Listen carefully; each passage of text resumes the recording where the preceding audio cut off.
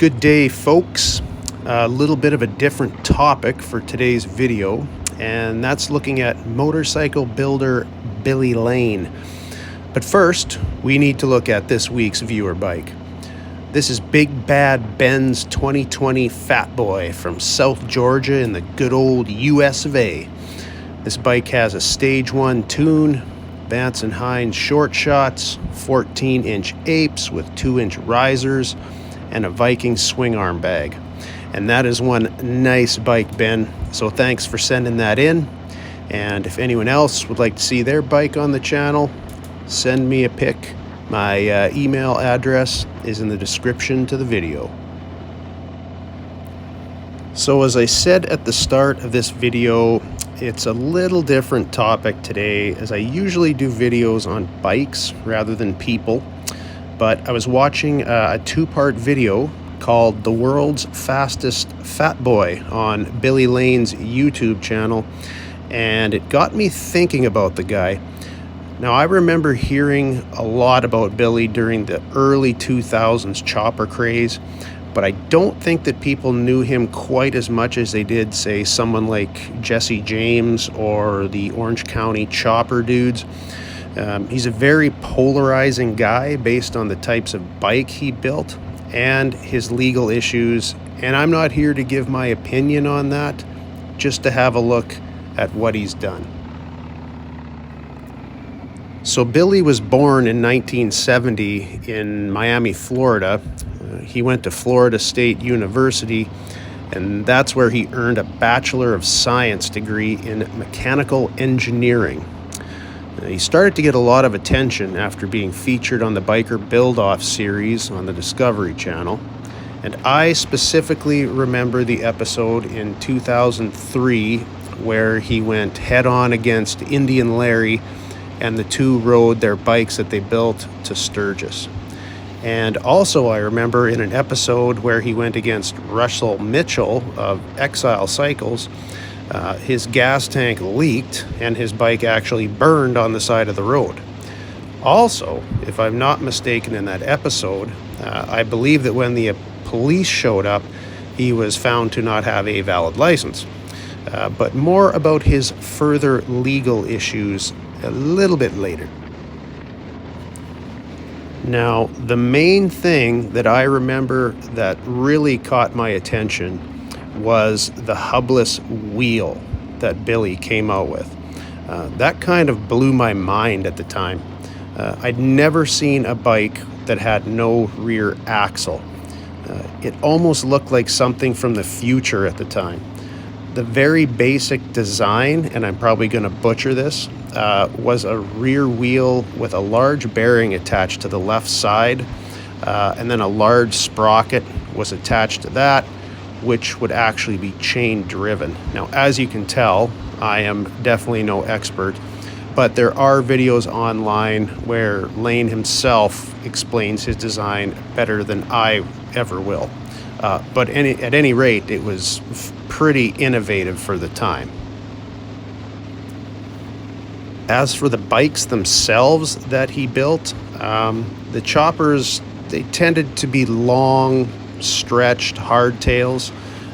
These things looked incredibly uncomfortable, as you look to be kind of in a V riding position with your legs and arms stretched out in front of you. And when you add in a very minimal seat, I am not sure how someone could ride a bike like that for a very long distance. And also with those long raked out front ends, it must have been a real bitch to take some of those corners. Now, things really went off the rails for Billy in 2006. At the time, he was running his business, Choppers Inc., and his brand was doing well. But in September of that year, he was involved in a fatal crash. He was behind the wheel of a promotional Dodge Ram when he crossed a double line and collided head-on with Gerald Morlock, a 56-year-old park ranger. Mr. Morlock was on a 1983 Yamaha motorcycle and died at the scene. Lane's blood alcohol limit was found to be 0.192, which was twice Florida's legal limit. At the time of the accident, he already had a suspended license and was facing DUI charges in North Carolina. Now, other than the criminal charges he was facing, Mr. Morlock's family also filed a lawsuit against Lane and Chrysler, and I believe that matter was settled out of court for an undisclosed amount. Fast forward to 2009, and Billy took a plea deal and was convicted of one count of vehicular homicide. Luckily for him, the prosecutors had dropped the charges of manslaughter and DUI, which could have landed him in prison for up to around 30 years. He ended up being sentenced to 6 years in prison with 3 years of probation and a lifetime loss of his driver's license. And he ended up doing his time and was released in 2014. So what has he been up to since then? Well, Choppers Inc. is still in business, and the shop now sits in Tennessee.